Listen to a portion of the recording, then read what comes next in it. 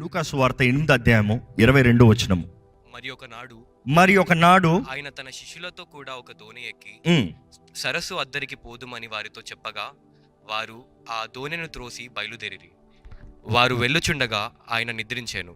అంతలో గాలివాన సరస్సు మీదికి వచ్చి దోణి నీళ్లతో నిండినందున వారు అపాయకరమైన స్థితిలో ఉండిరి. గనుక ఆయన యొద్దకు వచ్చి, ప్రభువా ప్రభువా, నశించిపోచున్నామని చెప్పి ఆయనను లేపిరి. ఆయన లేచి గాలిని నీటి పొంగును గద్దింపగానే అవి అణగి నిమ్మలమాయెను. అప్పుడాయన, మీ విశ్వాసం ఎక్కడా అని వారితో అనెను. అయితే వారు భయపడి ఈయన గాలికిని నీళ్లకును ఆజ్ఞాపింపగా అవి లోబడుచున్నవని, ఈయన ఎవరో అని ఒకరితో ఒకడు చెప్పుకొని ఆశ్చర్యపడిరి. మనం చూస్తున్నామండి, వారందరూ కలిసి ఆ దోణిలో వెళ్తూ ఉంటే అక్కడ సడన్గా ఏం ప్రారంభమైందంట? తుఫాను. ఎందుకంటే ప్రతి ఒక్కరి జీవితంలో తుఫానులు ఉంటాయండి. తుఫానులు లేని జీవితం చాలామంది కోరుతున్నాము. చాలామంది అనుకుంటాము, జీవితంలో తుఫానులు వచ్చినప్పుడు దేవుడు నన్ను విడిచిపెట్టాడా? తుఫాన్లు వస్తామంటే దేవుడు మనల్ని మర్చిపోయాడని అర్థం కాదు. తుఫాన్లు మన జీవితంలో ఎదురవుతామో దేవుడు మనల్ని విడిచిపెట్టాడని కాదు. దేవుడు వాక్యం కూడా తెలియజేస్తుంది. వాక్యం విని దాని తగినట్టుగా గైకొనుకుంటే కూడా తుఫాన్లు రావని చెప్తుందా దేవుని వాక్యం? నువ్వు దేవుని వాక్యం విని దేవుని నమ్మి దేవుని కలిగి జీవిస్తాం బట్టి నీ జీవితంలో తుఫానులు రావు, ఉండవని దేవుడు యేసు ప్రభు చెప్పాడా? కాదు. తుఫానులు వస్తాయి, తుఫానులు ఉంటాయి, తుఫానులు రావాలి. దేవుడు కొన్నిసార్లు అనుమతిస్తాడు. ఎందుకంటే తుఫాన్లు కొన్నిసార్లు మనలో ఉన్న దుమ్మును కొట్టేస్తాయంట. ఈరోజు చాలాసార్లు కొంతమందికి కొట్టబడుతున్నాయి, కానీ వారిలో ఉన్న లోపల ఉన్న ఎసెన్స్ కనబడదు. కొన్ని మంచి మంచి స్ట్రక్చర్స్ చూడండి, మామూలు వర్షాలకు పోవంట. గట్టి గాలి, గట్టి తుఫాను కొట్టినప్పుడు ఆ పెద్ద పెద్ద స్ట్రక్చర్లు ఏమవుతాయంటే దాంట్లో క్లియర్ వాష్ అయిపోతుందంట. ఈరోజు ప్రెషర్ వాష్లు అంటారు చూడండి. దేవుడు అనుమతిస్తాడు, కానీ దేవుడు ఏమంటాడు తెలుసా? రాతి మీద కట్టబడితే ఇవన్నీ వచ్చినా కూడా ఏమీ చెదరని వాడిగా ఘనంగా నిలబడతావు. ఇక మాటలు చెప్పాలంటే నేను ఇంకా అవి వచ్చిపోయిన తర్వాత నువ్వు ఇంకా చక్కగా మెరుస్తూ ఉంటావు, చక్కగా మెరుస్తూ ఉంటావు. కానీ దేవుని వాక్యాన్ని విని దాని తగినట్టుగా జీవించిన వాడు ఎక్కడ కట్టబడిన వాడంట? మామూలు మట్టి, ఇసుక, లోతు లేదు. కేవలం నేల మీద కట్టావు, రాయి మీద కట్టలే. తుఫానులు వస్తాయి వారికి కూడా, కానీ చెక్కు చెదరు లేకుండా ఉంటుందని చెప్పగలవా? బూడిదే కూర్చుంటుంది అంతా. ఈరోజు చాలామంది జీవితంలో కష్టపడి కష్టపడి కష్టపడి దేవుని వ్యక్తి విశ్వాసి అది ఇదని కడుతున్నారు. ఒక్క పోరాటం వచ్చేటప్పటికి ఏమీ కనబడరు. అనేకసార్లు మనం జ్ఞాపకం చేసుకోవాలి, మన జీవితంలో తుఫానులు కలుగుతాం దేవుడు మన దగ్గర లేక కాదు. ఆయన సన్నిధి ఎల్లప్పుడూ మన తోడు ఉంటుందండి. కానీ తుఫాను గురించి అర్థం చేసుకుంటే, తుఫాను ఎప్పుడు లేచినా కూడా అందులో 2 ముఖ్యమైన విషయాలు ఉంటాయి. ఒకటి నీరు, రెండోది గాలి. నీరు కనీసం చేతులు ఎత్తే చూడొచ్చు, సమ్ లిక్విడిటీ. నీరు సముద్రాన్ని చూడొచ్చు, సముద్రం కనబడుతుంది. గాలి, ఎవరైనా గాలిని చూడగలమా? గాలి కనబడదు, గాలి అనుభవించవచ్చు. నీరు, గాలి ఈ 2 కలిస్తే తుఫాను. నీరు ఎప్పుడు సామాన్యంగా అక్కడే ఉంటుందేమో, కానీ ఆ గాలి దాన్ని గట్టిగా తిప్పినప్పుడు ఆ నీటికి శక్తి వస్తుంది, ఆ నీటికి బలం వస్తుంది. ఆ నీరు ఏది అడ్డొచ్చినా కూడా తోసుకుని వెళ్ళిపోతుంది. సముద్రము మామూలుగా నిశ్చయంగా అలాగే నిశ్చలంగా ఉండొచ్చు, అలాగే సైలెంట్గా ఉండొచ్చు. కానీ గాలి గట్టిగా తిప్పేటప్పటికి, వేసి కొట్టేటప్పటికి దాంట్లో ఒక ప్రెషర్ ఫామ్ అయినప్పటికీ ఎలాగవుతుంది? అదే నీరు ఒక బిల్డింగ్ అలా కొట్టుకుని పోతుంది. ఇందుకు ఈ మాట చెప్తున్నా. ఈరోజు నీరు అనేవారు మీరు చూడగలిగిన వారు. ఈరోజు చాలామంది గృహాలు నీరు అంటే వారు వంచిన ప్రజలు, వారు ఉద్యోగస్థాలు చేసిన పనుల్లో ఉన్నవారు. నీరు అనేవారు వ్యక్తులు అనొచ్చు. నీరు లాంటి వారు మీ ముందు కనబడుతున్నవి అనొచ్చు. నీరు అనేది మీ వ్యాపారం అవ్వచ్చు, మీ నీరు అనేది మీ చదువు అవ్వచ్చు. It is something that you can see. మీరు చూడగలిగింది, మీరు అనుభవించగలిగింది.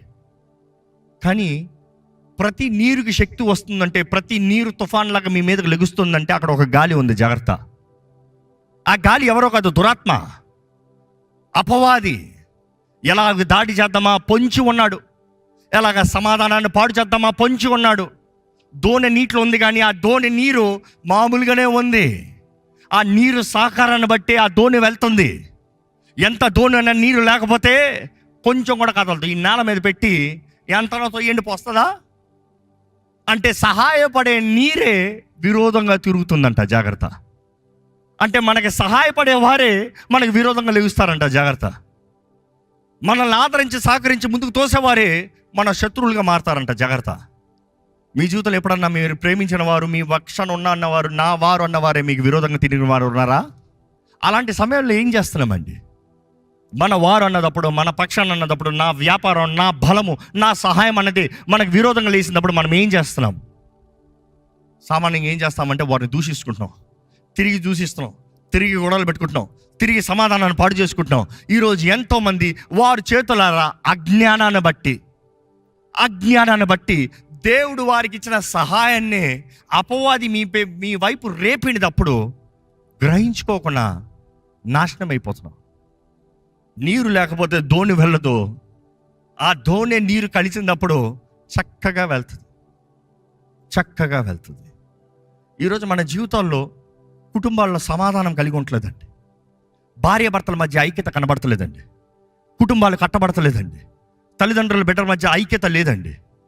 అపవాది బాగా పొంచి ఉన్నాడు. దేవుడు నీకు సహాయంగా పెట్టిందని నీకు విరోధంగా తింపుతానికి. ఈరోజు నిజమైన విశ్వాసి నీటిని కాదు మొదటగా ఎదుర్కొనేది, గాలిని ఎదుర్కోవాలి. మనం పోరాడేది మనుషుల్ని కాదు. ఎఫెసీయులకు రాసిన పత్రిక 6వ అధ్యాయం 12వ వచనం చూస్తాం కదా. మనం పోరాడేది మనుషుల్ని కాదు, కనబడని శత్రువులతో, దురాత్మల సమూహములు, వాయుమండల అధిపతులు, లోకనాథులు, ఈ చీకటి ప్రభావం ఎల్లప్పుడూ పొంచి ఉంది పోరాడటానికి. ఈరోజు మనం కనబడని శత్రువును చూడక దేవుడు మన పక్కన సహాయంగా ఇచ్చిన వారితో పోరాడుతున్నామండి. మీ సహాయంతో మీరు పోరాడితే దేవుడు ఎలాగ మీకు సహాయాన్ని పంపిస్తాడు? ఈరోజు సహవాసం లేని జీవితం, ఒంటరి బ్రతుకు. ఎంతోమంది ఒంటరి బ్రతుకు కారణం ఏంటి? నాకు ఎవ్వరూ లేరండి. దేవుడు ద్రోహం చేశాడా? దేవుడు తప్పు చేశాడా? నాకు ఎవరు లేరనేవారు కారణం ఏంటి తెలుసా? నువ్వు ఎవరితో ఉండదలుచుకోలేదు. మనుషులు అన్న తర్వాత పొరపాట్లు చేస్తారు, మనుషులు అన్న తర్వాత తేడాలు ఉంటాయి. అందరూ నీవు చెప్పినట్టే బ్రతుకుతారనేది లేదు. నువ్వు ఎవరు చెప్పిందన్న బ్రతుకుతున్నావా? మరి అందరూ నువ్వు అనుకున్నట్టే, నీవు చెప్పినట్టే, నిన్నే సంతోషపరుస్తూ, నీ మాటే వినుటూ, నీకే అంగీకారంగా ఉండాలని కోరుతున్నారు. తేడా వచ్చిన వెంటనే నువ్వు నాకు వద్దు పో అంటున్నారు. చివరికి అంటున్నారు నాకు ఎవ్వరూ లేరులే. అపవాది మనల్ని అలవ చేస్తాడంటండి. దేవుని వాక్యలో చూస్తే అపవాది తలంపులు ఎప్పుడు మనల్ని అలవ చేస్తాం, మనం అలిసిపోయేలాగా చేసి అప్పుడు మనల్ని కొడతాడంట. దేవుని వాక్యంలో ఉంది కదా, వాడు పొంచి ఉంటాడంట, సరైన అవకాశం కొరకు చూస్తాడంట. మనం బలంగా ఉన్నప్పుడు మనల్ని పోరాడాడు, కానీ మనల్ని బలహీనపరచి అప్పుడు పోరాడతాడంట. సంసోన్ని చూస్తామండి, దేవుని ఆత్మ ద్వారా నింపబడినప్పుడు ఎంత బలమో, ఎంత శూర కార్యాలు చేయగలిగిన వ్యక్తో. కానీ అదే సమయంలో సంసోన్ని ఎప్పుడు ఆయన ఫుల్ ఫామ్లో దేవుని ఆత్మతో నింపబడినప్పుడు శత్రువు రాలే. మొదటిగా తన బలహీనత ఏంటో చూస్తున్నాడు. తనలో ఉన్న బలహీనత ఏంటో కనుక్కుంటానికి డెలీలా ప్రయత్నం చేస్తుంది. ఏంటి నీ బలం ఎందులో ఉంది? ఎలాగ నీ బలాన్ని పట్టుకుంటా? ఏంటి నీ సీక్రెట్ ఏంటి? How can I trap you? బలహీనతను చూచి అప్పుడు కొడుతున్నాడు. దేవుడు చెప్తాడు సంసోనుతో, ఈ 3 విషయాలు చేసావా అయిపోయింది. సంసోనుతో నిబంధన అదే కదా తల్లిదండ్రులతో చేస్తాడు. చచ్చిన దాన్ని ముట్టకూడదు, ద్రాక్షారసం తాకూడదు, వెంట్రుకలు కత్తిరించకూడదు. ఈ 3 కండిషన్లు పెడతాడు దేవుడు. ఏంటది? చచ్చిన దాన్ని ముట్టకూడదు, ద్రాక్షారసం తాకూడదు, వెంట్రుకలు కత్తిరించకూడదు. అప్పటికే ద్రాక్షారసం తాగుతాడు, చచ్చిన దాన్ని ముడతాడు, ఇంకొకటి మిగిలింది, వెంట్రుకలు కత్తిరిస్తాం. దెలీలా తను విసిగించిందంట. సంసోను విసిగిపోయాడంట. విసిగిపోయి ఇది నా శక్తిపా. ఈరోజు చాలామంది విసిగిపోతున్నారండి. విసిగేలాగా చేస్తున్నాడు అపవాది విసిగేలాగా మీ జీవితాన్ని చేస్తున్నాడు. ఈరోజు చాలామంది బ్రతుకు విసిగి వేసారిపోతున్నారు. కారణం ఏంటి? తప్పు మీది. విసిగే స్థలంలోకి ఎందుకు వెళ్తున్నారు? విసిగే ప్రజల దగ్గరికి ఎందుకు వెళ్తున్నారు? దేవుని చిత్తంలో ఉన్నవారు మిమ్మల్ని విసిగించేవారు కాదు. ఈరోజు చాలామంది ఇందుకీ ఉద్యోగం మళ్ళీ అక్కడికే పోతారు. వదిలికొని పో. ప్రపంచంలో అది ఒకటే ఉద్యోగమా? నాకు ఈ జాబే కావాలి అంటారు. దేవుని చిత్తం అది కాదు, నాకు ఇదే కావాలి. సంసోను చూడండి, ఒక్కతిని చూచెను అని ఉంటుంది. ఒక్కతిని ఏం రా బిడ్డ, ఇక్కడ లేరా అమ్మాయిలు, అక్కడే కావాలా నీకు? ఆ వేషే కావాలా నీకు? వీళ్ళందరూ బాలే, ఆ వేషే బాగుంది. నా ఆశ, నా కోరిక, నేను శరీరాశ, నేత్రాశ, జీవబడ్డమ్మో. ప్రతిసారి విర్రవిగాడంట. ఇక చివరిగా వెంట్రుకలు కత్తిరించిన తర్వాత విర్రవీగుతున్నాడు. యథావిధిగా నిద్రలోంచి లేచి విర్రవీగుతున్నాడు అంట. శక్తి లేదు. దేవుడు విడిచిపెట్టాడు. ఈరోజు ఎంతోమంది కూడా దేవుని ద్వారా విడిచిపెట్టబడిన వారు ఉన్నారు. కారణం ఏంటి? గర్వం, సుయాశ, సొంత బలం మీద ఆధారపడతాం. దేవుడిచ్చిన ప్రజల్ని విడిచిపెట్టి దేవునికి విరోధమైన ప్రజలతో చేరతాం. లోకంతో స్నేహము, దేవునితో వైరం అని దేవుని వాక్యం తెలియజేయట్లేదా? ఎవరు మీ స్నేహితులు? ఈరోజు దేవుడిచ్చిన కుటుంబం స్నేహం కాదు, దేవుడు అనుగ్రహించిన సంఘము స్నేహం కాదు, దేవుడు అనుగ్రహించిన ప్రజలు స్నేహం కాదు. మొన్న ఒక వ్యక్తి చెప్తున్నారు, ఈ క్రైస్తవులందరూ ఇంతేనండి, అందుకని ఈ క్రైస్తవులతో నేను ఫ్రెండ్షిప్ చేయనండి, నాకు స్నేహితులు అందరూ లోకస్తులే, తాగుబోతులండి, ఎందుకంటే వాడు బెటర్ ఉన్న నిజం మాట్లాడతాడండి. అందుకని అలాగే ఉంటావా? ఎవ్వరూ సరిలేరు, నువ్వు సరిగా ఉండలేవా? మా ఆలయంలో ఎవ్వరూ సరిలేరు అండి, నువ్వు సరిగా ఉండొచ్చు కదా. నీ ఒక్కడి ద్వారంగా దేవుడు కార్యం చేస్తాడు కదా. ఎవరు బాగాలేదు కాబట్టి నేను బాలే లేదంట. దేవుని వాక్యం చెప్తుంది, ప్రతి వాడు దేహంతో జరిగించే ప్రతి కార్యానికి లెక్కప్ప చెప్పాలంట. అది మంచివైనను సరే, చెడ్డవైనను సరే, ప్రతి వారు దేహంతో జరిగించిన దానికి, ఇంకోటి దేహంతో జరిగించేది కాదు, ఇంకోటి చేసిన పని కాదు. ఈరోజు మన జీవితం ఎలాగుందండి? తుఫాన్లు వచ్చేటప్పుడు ఎలాగున్నాం? తుఫాన్లు వచ్చేటప్పుడు ఏం చేస్తున్నాం? ఎంతోమంది బెదిరిపిన బ్రతుకు, భయంతో బ్రతుకుతున్నారు. ఎంతోమంది దేవుణ్ణి, నన్ను మర్చిపోయేంటి ప్రభా, నన్ను విడిచిపెట్టవేంటి ప్రభా, నన్ను త్రోసివేసేవేంటి ప్రభా. కాదు, దేవుడు వాక్యం చెప్తలేదా? దేవుడు ఎల్లప్పుడూ మన తోడు ఉంటాడట. దేవుడు కేవలం కొండ మీద మాత్రం దేవుడు కాదు, లోయలో కూడా దేవుడే. నువ్వు అన్ని బాగుందప్పుడు మాత్రం కాదు దేవుడు నీ తోడున్నది. సింహపు బోన్లో వేయబడినప్పుడు దేవుడు నీ తోడు ఉంటాడు. అందరు నిన్ను పొగిడేటప్పుడే మాత్రం కాదు దేవుడు నీ పక్షాన ఉండేది. అగ్ని గుండంలో ఉన్నప్పుడు కూడా దేవుడు నీ పక్షాన ఉంటాడు. ఇక్కడ ఉన్నవారు ఎవరైనా సరే దేవుడిని ఎప్పుడు నన్ను చేయి విడిచిపెట్టలేదని నేను చెప్పేవారు ఉంటే బిగ్గరగా హల్లెలూయా చెప్తారా? మిగిలిన చెప్పలేరా? తెలియపోతే చెప్తాను. మీరు దేవుడు మీ దగ్గర ఉన్నాడని మీరు తెలియలేకపోయినా కూడా, గ్రహించుకోలేకపోయినా కూడా దేవుడు మీ పక్కన ఉన్నాడు. Just that you have not seen. ఆయన కృప మిమ్మల్ని విడిచిపెట్టలేదు కాబట్టి మీరు ఇంకా సజీవులు అక్కడ ఉన్నారు. మీ జీవితంలో ఇచ్చిన తరుణాలు, మీ జీవితంలో ఇచ్చిన అవకాశాలు, మీ జీవితంలో ఇచ్చిన భాగ్యములు, మీ జీవితంలో ఇచ్చిన వరములు ఎన్నో. కానీ ఎంతోమంది స్వార్థంతో బ్రతుకుతూ దేవుని మీద ఆధారపడతలేదు. మనం చూస్తామండి ఈ వాక్యంలో, ఈ తుఫాను పరిస్థితుల్లో, ఈ అర్థం కాని పరిస్థితుల్లో మనం ఏం చేస్తున్నామంటే, చాలామంది ఈ శిష్యుల్లాగే చేస్తున్నారంట. ఈ శిష్యులు ఏం చేస్తున్నారంటే, ఆ దోణిలో వారు జాలరులో, అంటే జాలరు సముద్రం అంటే భయమా, నీరంటే భయమా? కాదు, దాంట్లోనే ఉన్నవారు, అదే వారి వృత్తి. దే హ్యావ్ ఎక్స్పీరియన్స్, అనుభూతి కలిగిన వారు. కానీ ఆ తుఫాను ఎలాగుండిందంటే, ఎంత జాలరైనా, ఎంత అనుభూతి కలిగిన వ్యక్తి అయినా కూడా ఆ పరిస్థితుల్లో సహాయం లేని వారిగా మారిపోయారంట. అది మాత్రమే కాదు, వారు భయపడిన వారుగా ఉన్నారంట. భయం మీలో ఉందా? మీ జీవితంలో భయం ఉందా? మీ జీవితంలో భయం ఉందా? దేనికి భయపడుతున్నారు? ఎవరికి భయపడుతున్నారు? ఏంటి మీ భయం? దేవుడు వాక్యం తెలియజేస్తుంది, భయం అనేది ఒక ఆత్మ అంట. భయం అనేది ఒక ఆత్మ అంట. భీతి, ఈరోజు భీతి, ఎవడు నన్ను చచ్చిపేస్తాడా, ఎక్కడ నేను చచ్చిపోతానా, ఎక్కడ నాకు కీళ్ళు జరుగుతుందా, ఎవడు నన్ను నాశనం చేస్తాడా, ఏమవుతుందా నాకు భీతి. ఈరోజు చాలామంది చచ్చిపోతానేమో. ఒక చిన్న అనారోగ్యం వస్తే చాలు, ఇక నా పని అయిపోయింది. ఈరోజు చాలామంది అపవాది వారిని దాడి చేయాల్సిన అవసరంలే, వారే అపవాదిని పిలిచి నన్ను దాడి చేయవా అని కొట్టించుకునేవారు. దేవుడు ఎదిరించాయా అంటే సమర్పించుకునేవారు అపవాది దగ్గర. శత్రువా, నన్ను ఏం చేయొద్దు, నేను నీ వాడినే, నన్ను ఏం చేయొద్దు, నేను నీ పక్షానే, నన్ను ఏం చేయొద్దు, నన్ను విడిచిపెట్టేయి. అపవాది ఎవరిని విడిచిపెట్టడు. అపవాది అంట మనుషుడికి రెస్ట్ అవ్వడంట. వాడు అలవ చేసి కొడతాడన్న మాటకి అర్థం ఏంటి తెలుసా? ఈ మామూలుగా మనం ఎవరితో గొడవలు పెట్టుకుంటే పొద్దున్నుండి సాయంత్రం వరకు తిట్టుకుని నీ దారిలో నువ్వు పో, నా దారిలో నేను పో, మళ్ళీ రేపు వచ్చి తిట్టుకుంటాను అనొచ్చు, ఎందుకంటే అలసిపోయావు కదా. కానీ అపవాది ఏం చేస్తాడు తెలుసా? బ్రేకే లేదు, రెస్టే లేదు. ఈరోజు చాలామంది చూడండి, గొడవలు మాత్రం కాదు, నిద్ర లేదు, తిండి లేదు, జీవిస్తానికి లేదు, పని చేస్తానికి లేదు, ఏది చేస్తానికి లేదు, బిడ్డలతో ఆనందిస్తానికి లేదు. టెన్షన్. మీరు తుఫాన్లో ఉన్నారు, అపవాది మిమ్మల్ని దాడి చేస్తాను దేవుడు వాక్యం తెలియజేస్తుంది, జాగ్రత్త. భయం అనేది ఆత్మ అంట.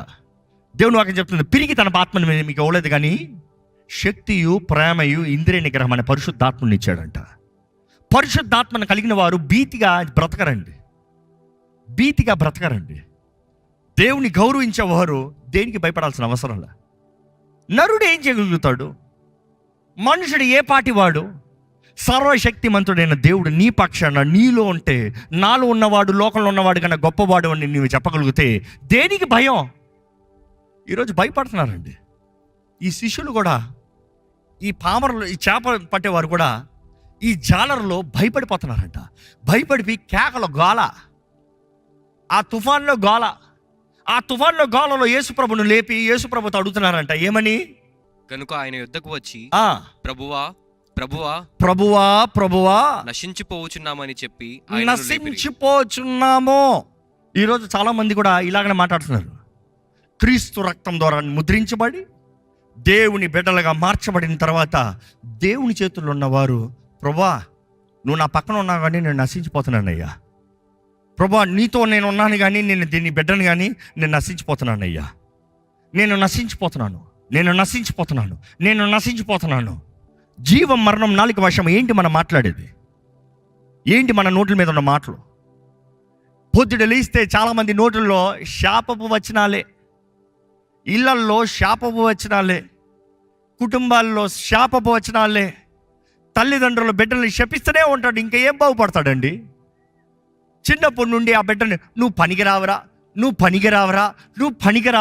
వాడు పెద్దోడైన తర్వాత నా బిడ్డ పనికి రావట్లేదండి, నువ్వు చిన్నప్పటి నుండి వాడి మీద చెప్పింది ఏంటి? శాపపు వచనము. నీవు శపించితే వాడు ఎలా బాగుపడతాడు? ప్రతి ఇంటి యజమాని, ఇంటి శిరస్సు అధికారం కలిగిన వ్యక్తి. ఆశీర్వదిస్తానికి శపిస్తానికి వాక్యం మొత్తంలో చూడండి. తండ్రులు బిడ్డలకి ఆశీర్వాదాన్ని ప్రకటించేవారు, తండ్రులు బిడ్డల్ని వర్ధలింపజేసేవారు. తండ్రుల ఆశీర్వాదాన్ని పంచుతా ఆ తరమే ఆశీర్వాదం. వాక్యంలో చూడండి. ఈరోజు ఎంతోమంది శాపపు వచనాలు, శాపపు మాటలు, శాపపు జీవితంలో. వారు ఏ పని చేస్తా ముందు ఎవరో వారికి నాశనం చేయాల్సిన అవసరం లే, ఎవరో వారి జీవితాన్ని పాడు చేయాల్సిన అవసరం లే. తామే వారి నోటితోనే వారి జీవితాన్ని పాడు చేసుకుంటున్నారు. ఏంటి మీ మాటలు? నాకు రాదు, నాకు కుదరదు, ఇంక ఇది బాగుపడదు, నా భార్య ఇంక విడిచిపోతుంది. అలాగే జరుగుతుంది. దేవుని నేరం ఒప్పుకోండి. ఎందుకంటే నీవు ఏం పలుకుతున్నావో దాని తగినట్టుకే దేవుడు కానీ అపవాది కానీ అనుమతిస్తానికి, కార్యం జరిగిస్తానికి ఉంది. మరలా చెప్తున్నాను, నీవు ఏది పలుకుతున్నావో దాని తగినట్టుగానే దేవుడు కానీ అపవాది కానీ కార్యం జరిగిస్తానికి ఉంది. దేవుడిని నమ్మితే, విశ్వాసంతో దేవుని వాక్యాన్ని ప్రకటిస్తే దేవుడు అంటాడు, నేను శాపపు కార్యాలను ప్రకటిస్తూ, కీడును ప్రకటిస్తూ, లోక సంబంధమైన పాపపు సంబంధమైన కార్యాలు జరిగిస్తూ అంటే దేవుడు చేపట్టలేడు. It is what you have agreed. నీవైతే అనుమతిస్తున్నావో దేవుని వాక్యం తెలియజేస్తుంది, వీరైతే మేము నశించిపోతున్నాము. ఈరోజు చాలామంది మన జీవితంలో చిన్న పోరాటం వచ్చినప్పుడు నశించిపోతున్నామని జీవితాన్ని అంతం చేసుకుంటున్నామండి. సర్వశక్తిమంతుడిని నమ్మిన తర్వాత ఆయన మానవుడా విడిచిపెడతానికి? ఆయన మానవుడా ఇంకా నాకు చేత కాదు అని చెప్తానికి? ఆయన ఏంటి మనలాంటి వ్యక్త?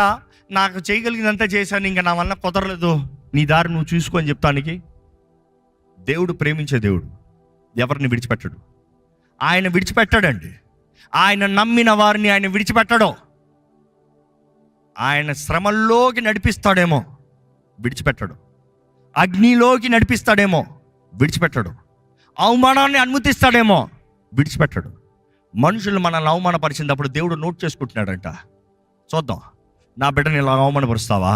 నువ్వు ఏ విషయాల్లో అయితే నా బిడ్డను అవమానపరిచావో ఆ విషయాల్లో నేను నా బిడ్డను గణపరిచి నా బిడ్డకు మహిమ తెచ్చి నా నామాన్ని మహిమపరచుకుంటా అంటాడు దేవుడు. ఈరోజు ఏంటంటే ఇది ఎవరి మాటలు నమ్ముతున్నాం మనం? ఏంటి మనం మాట్లాడే శాపపు మాటలు? దయచేసి స్థలం నుంచి ఈ ప్రార్థన సమయంలో దయచేసి ఎవ్వరు కదలకండి. ఇది పరిశుద్ధాత్ముడు మిమ్మల్ని ముట్టే సమయం అండి. దయచేసి ఇంతసేపు మీరు ఎంత విన్నారు కాదు, ఎంత పాడారు కాదు. ఈ సమయంలో నిజంగా మీ జీవితాన్ని, మీ కుటుంబాన్ని, మీ హృదయాన్ని దేవుని చేతుల్లో సమర్పించుకోవాలి. దయచేసి స్థలం నుంచి, ప్రభువా ఇదిగోనయ్యా ఎంతో భయాలతో, ఎంతో కలవరములతో, ఎంతో చేతకాని పరిస్థితుల్లో అయ్యా చచ్చిపోతానేమో, నా జీవితం పాడైపోయిందేమో, ఇంకా నాకు కుదరదేమో అని మారిపోయినయ్యా. నీ వాక్యం వింటం ద్వారా విశ్వాసం కలుగుతుంది ప్రభా. నీ దగ్గర సమర్పించుకుంటున్నాను ప్రభా, నీ చేతులకు అప్పచెప్పుకుంటున్నాను ప్రభా. నీవే నా దిక్కు, నీవే నా ఆశ్రయము, నీవే నా బలము, నీవే నా ధైర్యము, నీ అందే నాకు నిశ్చయత. దేవుని చేతులు చెప్పగలుగుతామా? దయచేసి ఒక్కసారి ఆయన చేతులు సమర్పించుకోదామా? దేవుని చేతులు పడతామో మనకు మేలండి, కానీ అదే సమయంలో ఎంతో భయంకరమంట. ఎందుకంటే ఆయన చేతులు పడిన వారిని ఆయన తగినట్టుగా మనం జీవించాలి. మన స్వార్థము కాదు, మన ఇష్టము కాదు, మన పట్ల మనం నిర్ణయించినది కాదు. సర్వశక్తిమంతుడైన దేవుడు మనతో ఉన్నాడు, జ్ఞాపకం చేస్తున్నాడు. నిజంగా సమర్పించుకున్న వారమైతే ఆయన మనతో ఉండే దేవుడు అండి. ఆయన చేతులు సమర్పించుకున్న వారైతే ఆయన మన పక్షాన సమస్తము సమకూర్చి జరిగించే దేవుడు అండి. ఎట్టి సమస్య అయినా, ఎట్టి పోరాటమైనా, ఎట్టి అవమానమైనా, ఎట్టి దిగులు భీతి అయినా, ఎటువంటి కార్యాల అపవాది మిమ్మల్ని దాడి చేస్తున్నామైనా, ఈరోజు దేవుడు అంటాడు మొదటగా ఆయన చేతులకు సమర్పించుకో. ఎంతకాలం అయింది నిజంగా మిమ్మల్ని దేవుని చేతులకు సమర్పించుకుని? ఎప్పుడు అది చివరిసారిగా మీరు దేవుని చేతులకు సమర్పించుకున్నది? ఎప్పుడు అది చివరిసారిగా దేవా ఇదిగో అయ్యా నా జీవితం అని చేతులకు అప్పచెప్పింది? ఈ సమయం దేవుడు అంటున్నాడు సమర్పించుకో, దేవుని చేతులకు సమర్పించుకో. ఆయనే మన దిక్కు, ఆయనే మన ఆశ్రయము, ఆయనే మన బలము, ఆయనే మన కొండ, ఆయనే మన కోట, ఆయనే మనకి చాలిన దేవుడు. ఎవరికి భయపడేది? దేవుడికి మాత్రమే భయపడని దేవుడు నాకు తెలియజేస్తుంది. Fear God alone. దేవుడికి మాత్రమే భయపడాలంట. ఏ మనిషికి చూసి భయపడుతున్నారు? ఏ దురాత్మని చూసి భయపడుతున్నారు? దేవుడు మిమ్మల్ని తలగా చేస్తే ఇందుకు తోకగా బ్రతుకుతున్నారు. దేవుని సన్నిధిలో ఉన్న మనము ఆయన చేతుల్లో సమర్పించుకుంటే ఆయన సర్వశక్తిమంతుడండి. ఆయన కార్యాలు మీ జీవితంలో రుజువుపరిచే దేవుడు. దేవుడు ఎన్నో చేయాలని ఆశపడుతున్నాడు, కానీ మీరు నమ్ముతున్నారా? దేవుడు ఎన్నో చేయాలని ఆశపడుతున్నారు, కానీ మీరు సమర్పించుకుంటున్నారా? ఈరోజు చాలామంది జీవితంలో ఆశలు చచ్చిపోయి, ఇంకా చాలామందికి ఆశలు లేవు, ఇంకా వాంఛలు లేవు. ఇంకా నా జీవితంలో చేయగలిగింది ఏది లేదు, ఇంకా నేను సాధించగలిగింది ఏది లేదు, ఇంకా నా జీవితంలో నేను అనుభవించగలిగింది ఏది లేదు, అంతా పోయిందని వేసారిపోయి విడిచిపెట్టేస్తున్నారు. కానీ దేవుడు అన్నాడు లేదు, నేనున్నాను నీ కొరకు, నేనున్నాను నీ పక్షాన. నా నామంలో నీకు శక్తి ఉంది, నా నామంలో నీకు జయం ఉంది, నా నామంలో నేను చేస్తానంటున్నాడు దేవుడు. నమ్మితే నమ్మువానికి సమస్తము సాధ్యము. నమ్ముతున్నారా? నమ్మితే చెప్పండి, ప్రభువా నేను నమ్ముతున్నానయ్యా, నువ్వు నన్ను బలపరుస్తావని, నువ్వు నన్ను బాగుపరుస్తావని, నువ్వు నా జీవితాన్ని కడతావని, నువ్వు నా జీవితంలో కార్యం చేస్తావని నేను నమ్ముతున్నాను ప్రభువా. నా జీవితాన్ని మరొకసారి నీ చేతులకు సమర్పించుకుంటున్నానయ్యా. దయచేసి ప్రభు మీతో మాట్లాడుతున్నాడు. మీరు నమ్మితే, దేవుని ఆత్మ మీ పైన పనిచేస్తున్నాడు, మీరు నమ్మితే సమర్పించుకోండి, సమర్పించుకోండి, సమర్పించుకోండి. ప్రభు ఇదిగోనయ్యా నన్ను నేను సమర్పించుకుంటున్నానయ్యా. దేవుడు ఎప్పుడు నిన్ను మంచిగా మారి రమ్మంటలేదండి, ఉన్న పాటున రమ్మంటున్నాడు దేవుడు. ఉన్న పాటున రమ్మంటున్నాడు. నువ్వు ఎటువంటి బంధకాలు ఉన్న వ్యక్తివైనా రా, పర్వాలేదు నేను చూసుకుంటాను అంటున్నాడు దేవుడు. నీవు చేయవలసిందని నమ్మాలి. ఆ గెరాసీనుడు యేసు ప్రభు ఎప్పుడైతే ఆ ఒడ్డుకు చేరాడో పరిగెత్తుకుని వస్తున్నాడంట. తన బంధకాల్లోనే ఉన్నాడు, తన నగ్నంగానే ఉన్నాడు, తన గాయాలతోనే ఉన్నాడు. అన్ని మారిన తర్వాత రాలేదు, ఉన్న స్థితిలోనే పరిగెత్తుకుని వచ్చాడంట. దేవుడు అంటాడు రా, రా నా దగ్గరికి రా, మన జీవితాన్ని బాగు చేస్తానంటున్నాడండి. అయ్యా అమ్మా నీ జీవితాన్ని బాగు చేస్తా అంటున్నాడు యేసు ప్రభు. నీ జీవితమే ఇంకా అయిపోయింది అనుకుంటారు చూడండి, దేవుడు అంటాడు నీ జీవితాన్ని. ఇంకా నిరీక్షణ కోల్పోయి ఇంకా నేనేం చేయలేదు అనుకుంటారు చూడండి, దేవుడు నీ జీవితాన్ని. ఏదైతే కుదరదు అంటున్నాడు దేవుడు అంటాడు నేను నిన్ను బలపరుస్తా, దాన్ని బట్టి నువ్వు నన్ను మహిమపరుస్తావు. నీవు చెప్తావు నన్ను బలపరచు, క్రీస్తుని బట్టి నాకు సమస్తము సాధ్యమే. ఈరోజు సమర్పించుకోవాల్సింది మీ బాధ్యత. పరిశుద్ధాత్ముడు మీతో మాట్లాడుతున్నాడు, మీరు నమ్మితే సమర్పించుకోండి, ప్రార్థన చేయండి, సమర్పించుకోండి. పరిశుద్ధాత్మ తండ్రి, నీ నామంలో మాకు జయం ఉందని నమ్ముతున్నాం ప్రభా.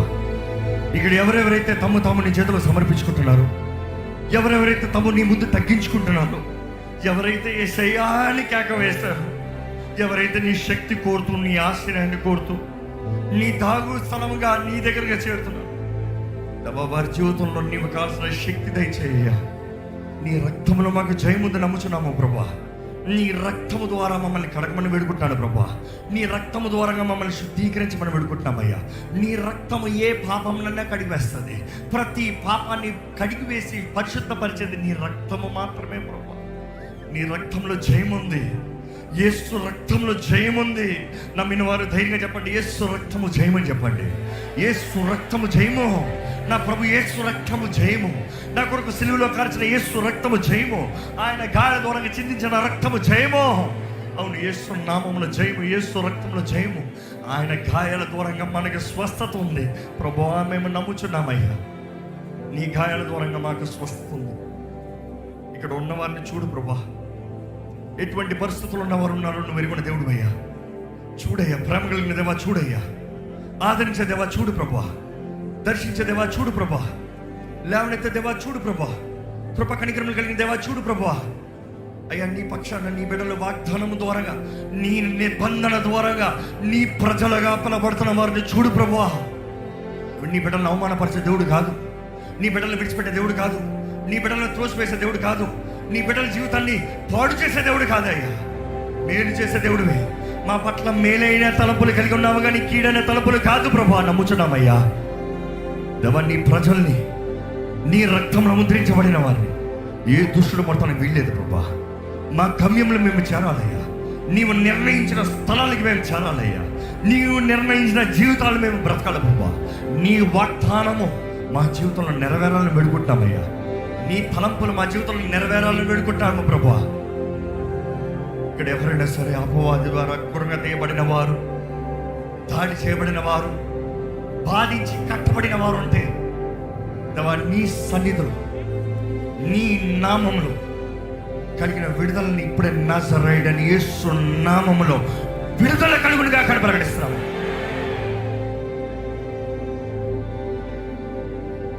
ఏ దుష్టుడు ఆయుధం మా మీద పనిచేస్తాను వీల్లేదు ప్రభా. నీ రక్తముతో ఇక్కడ ఉన్న ప్రతి ఒక్కరిని అభిషేకించమని పెడుకుంటున్నాం.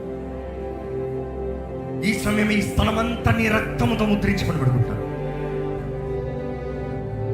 నీ రక్తము ప్రతి ఒక్క తల నడినెత్తు నుండి అరిపాదం వరకు ఇప్పుడే ప్రోక్షించమని పెడుకుంటానయ్యా. నీ రక్తము ద్వారా మా పాపాలు కడగబడుతున్నాయి, శుద్ధీకరణ కలుగుతుంది, స్వస్థత కలుగుతుంది, ధైర్యం కలుగుతుంది. నిబంధన రక్తము ప్రభా, నీ బిడ్డలుగా మార్చబడుతున్నామయ్యా. పరమ తండ్రి, నీ బిడ్డల జీవితంలో ధైర్యం దయచి, శక్తి దయచి, ప్రేమ దయచి, ఇంద్రియ నిగ్రహం అనే ఆత్మ అన్ని ఎరిగిన జ్ఞానం కలిగిన నీ బిడ్డలకి దయచేపు. నీ ఆత్మే మమ్మల్ని బలపరచాలి పరమ తండ్రి. నీ మహిమ కొరకు నిజమైన క్రైస్తవులు ఈ అంచె దినాల్లో చీకటి అధికమవుచుడుగా ఎంతో వేగంగా ప్రబలుచున్నది. వెలిగించబడిన వారుగా, వెలుగు సంబంధులుగా, క్రీస్తు సాక్షులుగా జీవించే జీవితం అందరికీ దయచేసి నజరేయుడైన యేసు నామములో అడిగి వేడుచున్నాం తండ్రి, ఆమేన్.